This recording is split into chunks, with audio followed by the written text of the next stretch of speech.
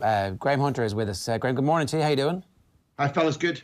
So we've been talking a bit about Real Madrid, but actually we want to talk to you about Barcelona. It seems like a civil war has broken out in the last 24 hours. What the hell's going on? Yeah, have you seen The Life of Brian? A long time ago, yeah. Where the John Cleese character gets a crowd together to stone this fella for saying that his piece of halibut was good enough for Jehovah. It's a hell of a profession we're in, where we crave interviews, and then somebody gives one, and everybody pounces on it and stones it to death. I guess that the reason for the way you introduced that and the way that the front pages of every football paper in Spain are covered in this is the fact that when Eric Abidal gave two interviews, one to Diario Sport and the other one to Mundo Deportivo, published on two separate days, Tuesday and Wednesday, in part of his first interview, he was asked to talk about why Valverde was sacked.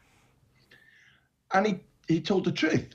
And he used words that have annoyed Leo Messi sufficiently that he used Instagram to post and say, well, when the players don't play well, we take responsibility for it, we admit it, but those in charge of sports planning at the club need to take charge of their tasks and also take responsibility when they don't do well.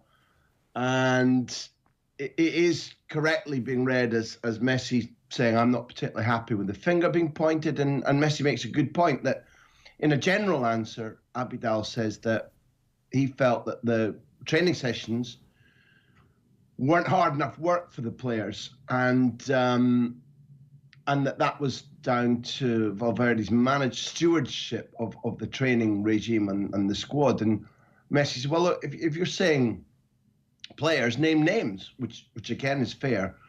And Messi's final point is that if you don't name names, then everybody's reputation has been tarnished, and some of the things which are untrue will take wings and fly. And the first point to say about this, lads, is that did everybody who's getting absolutely furious with Abidal right now not watch Anfield or Juventus or Paris or Athletic Bilbao or Granada? But he spoke the truth. Because this sport now, and maybe other sports feel the same, but in football, because this sport now squeezes every last living drop out of any high-quality club and international player, particularly the elite players who do nothing but play high-tension, high-risk club games, and then every single summer, play tournaments now because there's absolutely no rest for these people. And they packed at Football Club Barcelona with Valverde, whether explicitly or it becomes common law. They packed a working regime which keeps them going sufficiently to dominate Spain, because they win the Cup and the League and the Super Cup and then the League again, fail in the Cup final. But, incrementally, the lead figures in European football move past them in terms of intensity, and Barcelona decline a little bit because their working environment is a little bit too gentle, but it keeps them going.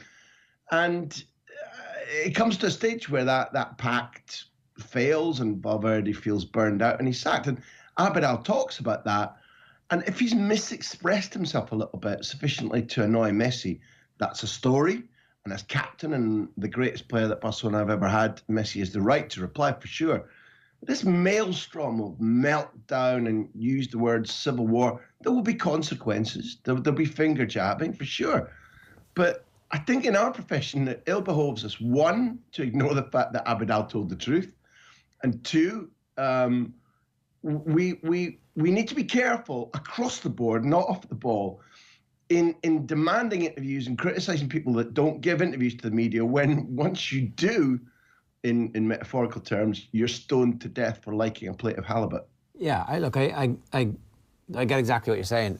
I do think, though, that if you provoke Leo Messi to the point where he takes to Instagram and says, you've got to name names because you're casting aspersions on all of us, that it's eminently fixable. He misexpressed himself, Jerry. He's made a mistake. I agree with you, and I think that Messi is right to say, okay, tell us who wasn't working hard enough. And if you say that in public, you're either going to have to back it up or apologise to the captain. I do agree about that.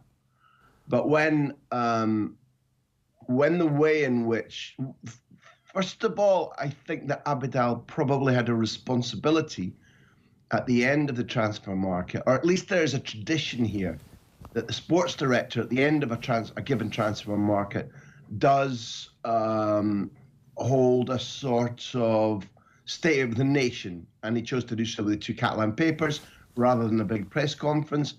That's all pretty normal, and he's spoken inappropriately in a phrase. Might Messi have gone and seen him and said, "Don't like what you did there. Here's my point of view. Take that part back"? I'd have thought that would have been the right way for two ex-teammates to handle it. I don't think Messi is, first of all, irrespective of the fact that he's given us, he's given us such joy, and he's given all of us extra work and extra freedom to express ourselves. Messi over the years is the lottery win of being a broadcast journalist for all of us in his lifetime is extraordinary. I don't think it makes him immune, though. And I think that when I saw Suarez and Messi hands on haunches in the 40th minute at Camp Nou against Liverpool, breathing out in and out because they were like, what's happened here? Why can't we keep up with these men in red, even though they're missing key players? And it was something that we'd seen before in Paris and in Turin, and now we're seeing in Granada and at Levante and at San Mames. This point has to be dealt with. It is absolutely clear that Valverde was popular with Suarez and with Messi, amongst others. And if the club sacks a manager like that and brings in somebody who is radically different in his approach to daily work, there will be tensions. And I think it's healthy that these themes are squeezed out. I think it's a little bit daft that it's come to a head in public. Yeah. Yeah, I wonder about that. So that's the thing, really, isn't it? That we know about it. Like, to spool back and just explain to everybody, what is Abidal's job? So, as the sporting director, what has he got ultimate responsibility for? Is it his job to make sure that the squad is big and growing and that the manager is doing his job? Can you just briefly explain for a bit of context in case anybody's unfamiliar? He's called technical secretary.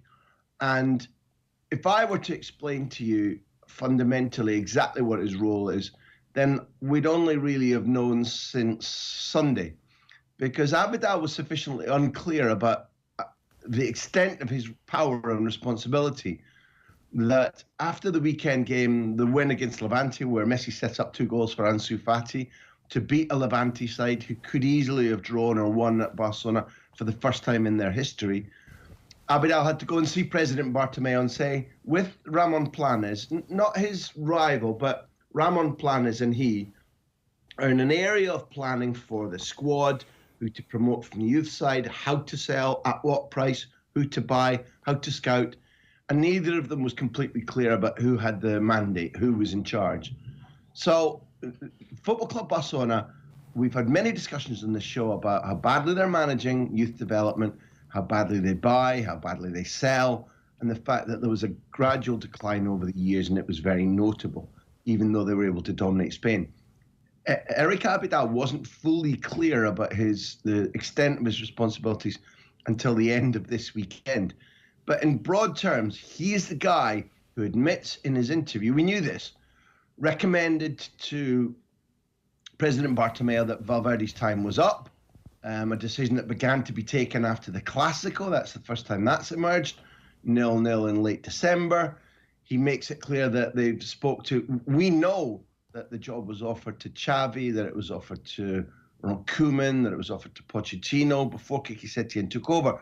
In the interview, Abidal makes it clear that there were a couple of other coaches they spoke to too, which kind of bumps Kiki Setien, the current coach, down to about sixth, on the list of the guys they wanted to take over.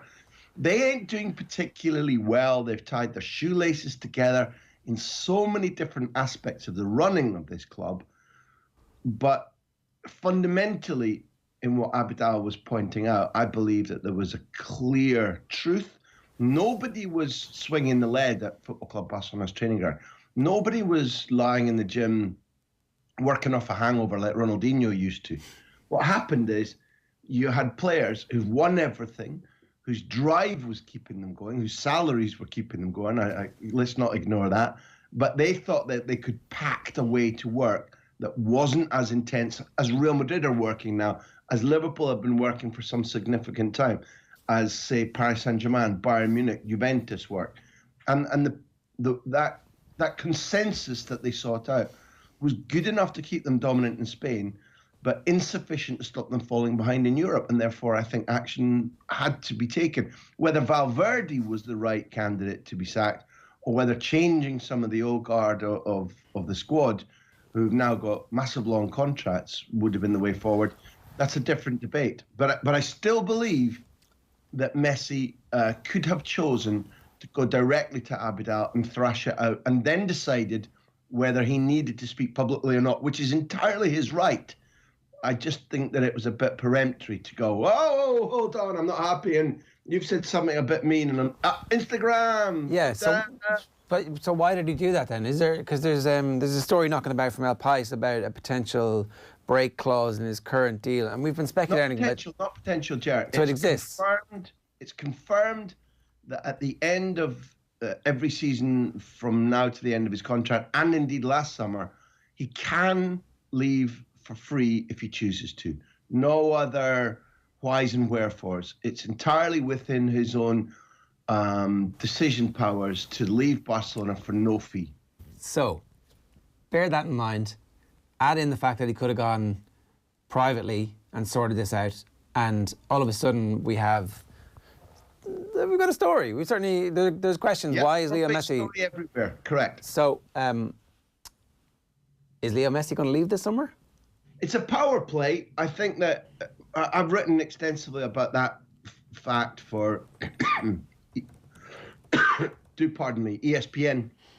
And, you know, the first piece of logic, which you're good on at the show, is that you don't put the clause in the contract if it's never going to be used. It's there for a reason. It might be there as an emergency parachute if the plane's going down, but right now they have engine trouble. I would have said to you that the likelihood is that Messi feels that he can catalyze an early election. The elections are due in 2021. That's obligatory because the president's mandate will be up then. I feel that what Messi wants to do is catalyze a situation whereby change is imminent, which may or may not benefit him because the incoming president is very much a Xavi man, is very much anti the current board. But will the regime be as friendly and easygoing as Valverde's was? I don't know. Who would the coach be if Xavi doesn't come yet? I don't know. And further still, it is this board's and Eric Abidal's avowed intention to bring Neymar to Messi this summer. Now, whether they can achieve that or not, they didn't try particularly hard last summer. I know it's their absolute number one intention, something that Abidal speaks about in his Mundo Deportivo interview today. Normally, that would have been headlines. It's been a little bit submerged by other events. And Paris Saint-Germain, when they read today's interview, will not be happy about the way that Abidal speaks about their player. There was one other story that I wanted to mention. Is there anything else about this, do you think, that we should talk about before? Yeah, well, number one, Abidal's been called to an emergency meeting with the president this afternoon. Bartomeu was out of town. He's coming back. You know, it's not out with the bounds of possibility that either Abidal is forced to apologise and clarify today, or potentially loses his position. Watch this space today and tomorrow. This isn't a slow burner. This is. Is this rolling news on all the Spanish TV channels at the moment? It's like, ooh, is it? Yeah, it's big style over here because they do like a little bit of hysteria. There'll be a lot of shouting and finger jabbing on television shows today and tonight. That sounds great. Yeah, yeah. I'm going to use that. I'm going to take that as a euphemism. Yeah. Yeah. There was a few lines in one of the English papers today about the fact that Atletico Madrid are just having some thoughts about maybe potentially, because they're not going so well at the moment, that maybe Diego Simeone's time is up and they're looking at Mauricio Pochettino. This might be a Pochettino agent story who's planted it. I don't know, but Is there a possibility Diego Simeone is suddenly available on the market this summer? It depends what you mean by available. I think he can't go to England. I think it would be inadvisable. He's tried hard to learn English and he can't do it. The first offer that he had from England was from Chelsea in the season that they knocked Chelsea out of the Champions League semi-finals, which must have been 13-14, when they reached the final to Real Madrid the first time and lose again. Inter or Lazio or Juve, I could see. Yes, things are a little bit difficult at Atleti. Everything that were strengths are now not. They don't score set plays. They don't log up 1-0s. They concede more in half a season from set plays than in all of their other seasons at the end of term. Mono Burgos is brilliant and not only his brilliant assistant, but somebody who's played with for his Atleti career and somebody who's the organizer tactically. Cholo Simeone was very much the man-to-man sports psychologist leader. Mono Burgos was his very important right-hand man about the specifics. Their paths are diverging and their relationship doesn't seem to be as fruitful.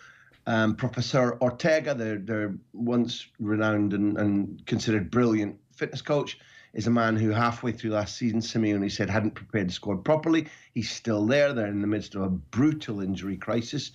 And I don't mean impact injuries. I mean a constant series of muscle strains that have decimated his squad.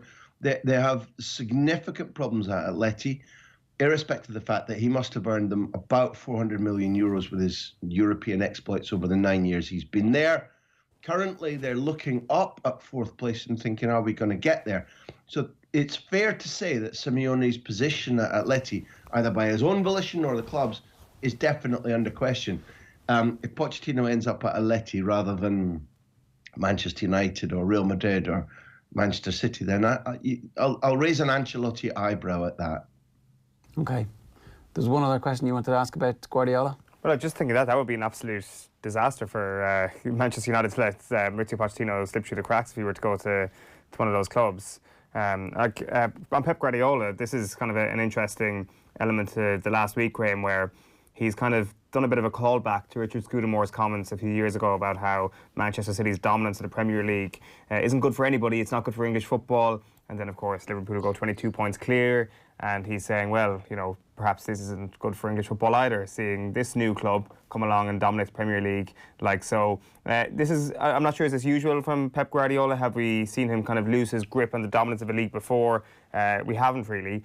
So I guess he's kind of in newfound territory where a small few sour grapes are coming out. No. Absolutely the opposite. If Catalonia ever got independence and the Olympics introduced a medal for sarcasm, Pep would be like 50 times gold medal winner from now to the end of his life. He's an extremely competitive, grudge-bearing, not volatile, but rancorous man. He stores these things up. I'm not saying he's thin-skinned, but he's competitive in the same way as Alex Ferguson was. Now, how many times did Fergie store something up and then in one way or another, particularly when a perceived rival was struggling or on their knees, suddenly you get bang from Fergie just like that. Pep's cut from the same cloth. Whether he means it, that it's bad for Liverpool, it was just like when Scudamore said that, that's been noted down in what Jack Charlton used to call a little black book, and Pep's waited for a moment when he can go, there you go, fella, right back at you. Is he going to stick around for the rebuilding process at Man City, do you think? Yeah. What, with Messi? Is that what you're asking? Well, I mean, look, wouldn't that be a good story? Yeah, look, I've one, to say to you categorically what Pep Guardiola is going to do at the end of the season is a fool's game, because he's extremely hard to predict. He's quite eclectic in his attention span and his decision making. But one thing has been consistently true of him: when he says something in public about his objectives or his desires or his honour, usually he means it. So I'm taking it, when he says he wants to be there to the end of his contract, and might add another one, I think on the point of delivery of that message, I think he means it. Are things perfect behind the scenes? Is he as harmonious with Chicky Begiristain over the work done to plan the squad? No, there's been some crispy moments. But as we stand, if there aren't great changes, I'd say you've got about a 60-40 that, yes, he's there for the length of his contract. Guaranteed, no. But if somebody's trying to sell that there's a big conspiracy and Pep's decided that he's definitely off, then no. But is Mauricio Pochettino specifically watching that situation? I know from extremely good sources that, yes, he thinks he's got a chance there at the end of the season. So, Owen, your comment about Manchester United, it isn't just related to Atleti or whatever. If United... It's funny how Barca are the crisis club, and at least they don't have Ed Woodward in charge of anything. If United need, in your view, Pochettino, then they better do a better job of showing him it than they did to Pep Guardiola when he was at Bayern Munich and he wanted to go to Old Trafford. Have they learned the lesson, dudes? That's what I'm asking you. Unlikely. They also missed out on Klopp as well. Graham, great stuff. Thanks a million. Adios. Graham Hunter giving us some thoughts on the scenario that is breaking and rolling news in Spain at the moment, where Leo Messi is unhappy with the interviews that Eric Abidal, the technical secretary, as we've just found out, has given over the last 48 hours or so. It is 8 minutes past 9 this morning. We're going